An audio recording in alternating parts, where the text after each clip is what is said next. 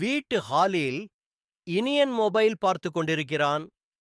யாழினி அருகில் வந்து நின்று அதிசயிக்கிறாள். இனியன், நீ காலையில இருந்து மொபைல் பாத்துக்கிட்டு இருக்க.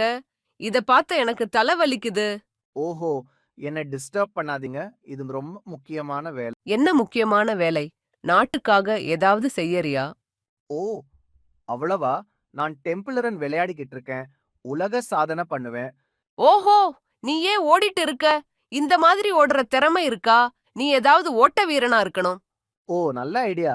ஆனா அத பண்ணணும்னா மொபைல்ல வேற மாதிரி ரேசிங் கேம் இருந்தா பார்ப்போமா? சரி, இப்போ மொபைல், அப்புறம் டிவி, அதுக்கப்புறம் மீண்டும் மொபைல். ஓடி கொடுத்தாலும் நீயும் நின்ன மாட்ட. ம். ஆ சரி. நீ ஏன் எப்பவும் என்ன பயமுறுத்துற? இனி என்ன ஆகும்? நீ மொபைல்லே அடிமையாகிட்டா உன் வாழ்க்கை எப்படி இருக்கும் தெரியுமா? கற்பனை செய்யலாம் வாங்க. இனியன் ஒரு ரோபோ ஆக.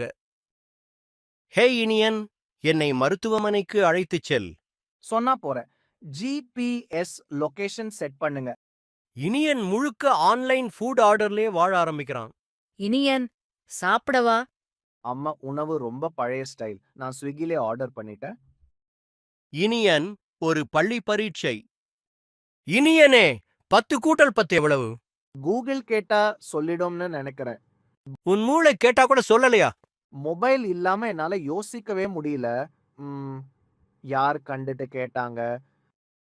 கற்பனை முடிவடைகிறது. இப்ப புரியுதா?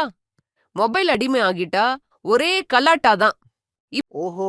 இது பக்காவா திரைக்கதையா இருக்கே. நீ இன்னும் இந்த மொபைல் பார்த்துட்டு இருக்கியா? யாழினி அக்கா நல்லா புரிஞ்சிடுச்சு. இனிமே மொபைல் குறைக்கிறேன். மொபைல் உனக்கு வசதி தரும். ஆனா, அதுல மூழ்கினா அது உன்னை வசதியா முட்டாளாக்கும்.